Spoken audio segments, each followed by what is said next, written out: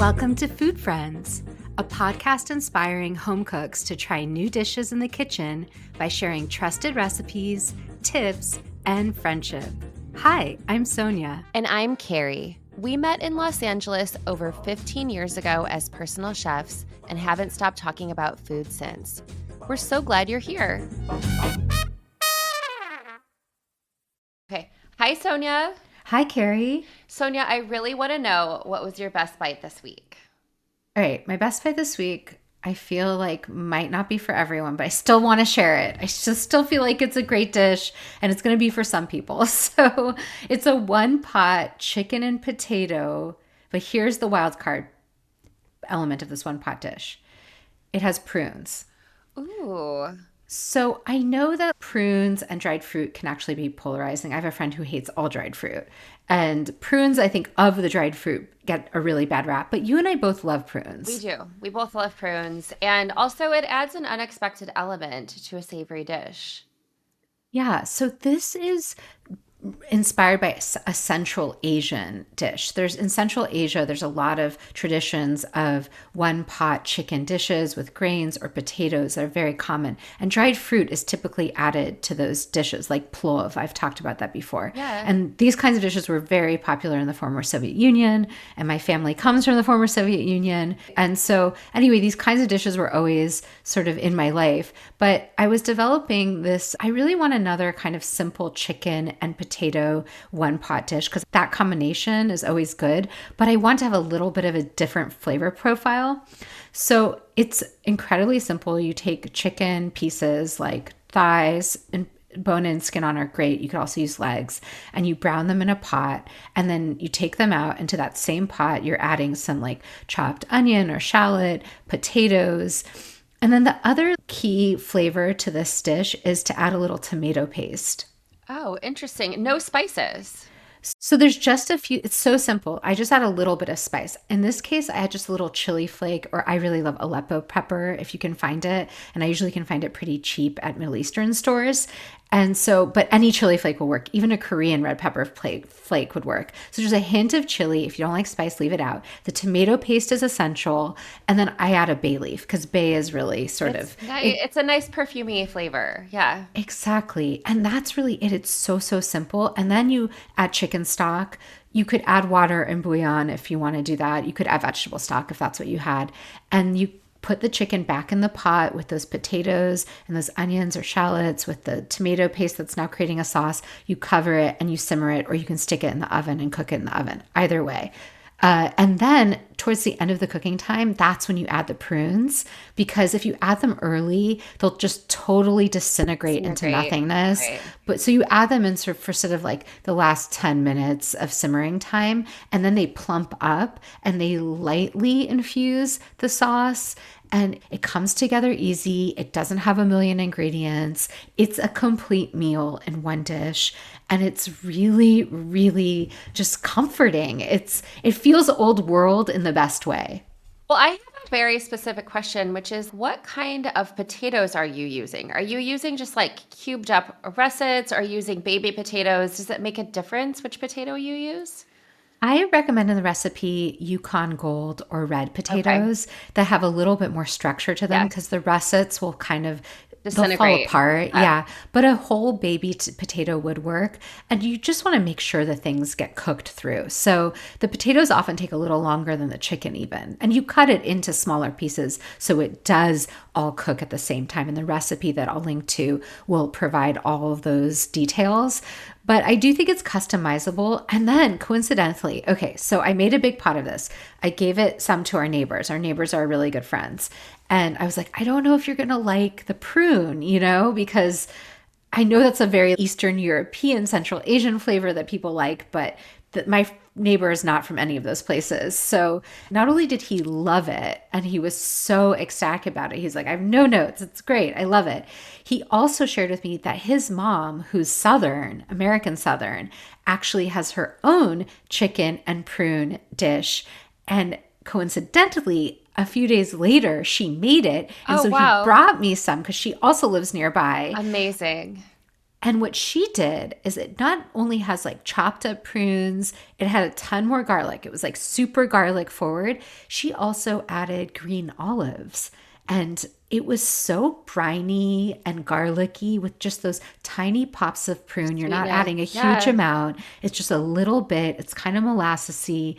I think it's like a really lovely way to get a bunch of flavor into chicken to make it a little more exciting. I really love this idea. And I have to say, I many years ago for a client made this Moroccan lamb dish with toasted almonds, and then it had prunes, and I think there was also dried apricots in it.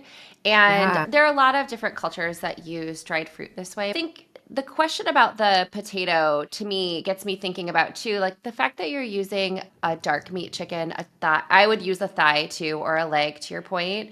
And those can go for as long as it takes those potatoes to cook. And I think the longer you cook those thighs, the more they kind of melt and are more tender. And keeping the bone in and the skin on really helps it stay juicy too. Yeah, and it surprisingly the potato also goes with prune. If you're a little bit like, I don't know about the potato, I get the chicken. Yeah. It all kind of works, and you don't have to take every bite with prune. Like I said, it's a very modest amount. It's a half cup for this whole pan that serves four. So it's just a touch of that sweetness. Well, I really love that it's a familiar idea, chicken and potatoes, with like a really great little twist on it. Well, Carrie, what was your best bite of the week? Well, Sonia, I'm excited to report back on this one because I also made a braised chicken dish. I made coq au vin, which basically means chicken with wine. This is a dish that I definitely did not ever know about when I was growing up. It's a very French country peasant dish. And I was honestly always very kind of intimidated by it. I made it recently because I wanted a dish that I could actually take with me on a road trip. I was going on a road trip with some friends, and we agreed we were going to cook at the places that we were staying. And so I also used a bone in, skin on chicken thigh. Wait, before you get into the details, so you were thinking like, okay, I'm going on this break, I'm going on this vacation with our friends, and we're all going to be responsible for different meals. And instead of, oh, I'll make something there, you're like, oh, I'll just make something ahead of time that can reheat well. That was your thinking? Yeah, we were going hiking. We were going to be like busy all day long, and I wanted to come back to a nice meal, but I knew I wasn't going to have like the energy to do it. And we had just recently talked about coq au vin, and I just thought this is a great time to kind of try it out. Years ago, I had also heard like I learned about cassoulet, and so I tried a cassoulet recipe, and I used Melissa Clark's recipe from the New York Times to make her cassoulet, which I loved, and I actually took that on a skiing trip and people loved it. And also like you just reheat it, so you don't have to do a lot of dishes and things, like you just kind of reheat it. And that was what was great about this coq au vin. I used Melissa Clark's recipe. It's very classic. What was surprising to me was how much bacon was in it. You basically fry bacon and then you brown your chicken in the bacon grease. And then there's like some very simple, very basic like onions, carrots, thyme. Those are the flavors. I used red wine, like I used a French red wine, and garlic and tomato paste. It just sort of bubbles along. The meat gets really tender, and I made this a couple days ahead of time. I put it into plastic freezer bags and I froze it so that on my road trip it would just be frozen and it would arrive to where we were going. And then I just let it thaw out in the fridge. We put it in a pot. We just reheated it gently, and it was really tasty and very comforting. Well, I'm so happy you made this dish. We talked about it on our chicken episode, right? Didn't we? Oh no, braises episode. We Praise had this it. episode. We did an episode all about cooking low and slow and different kinds of braises. And I had mentioned coq au vin because it's one of the braises I really love.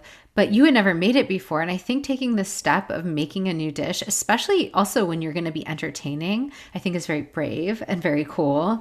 And these tips of like how you thought about cooking for your friends on vacation and how you thought about transporting it, I think is where I always learn from you. So I've seen you do this technique of freezing the dish, whether it's a soup or a stew, or in this case, a braise.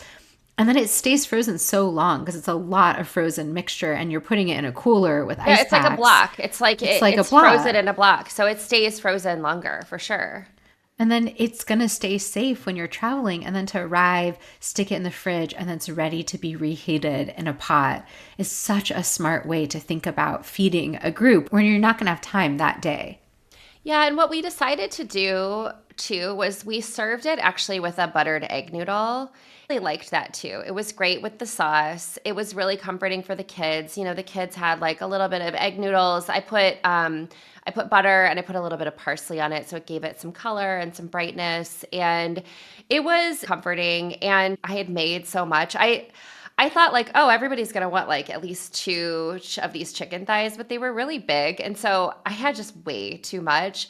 And we had planned on the last night going out for dinner, but we had so many leftovers. Honestly, I reheated it again. So it basically got cooked like 3 times.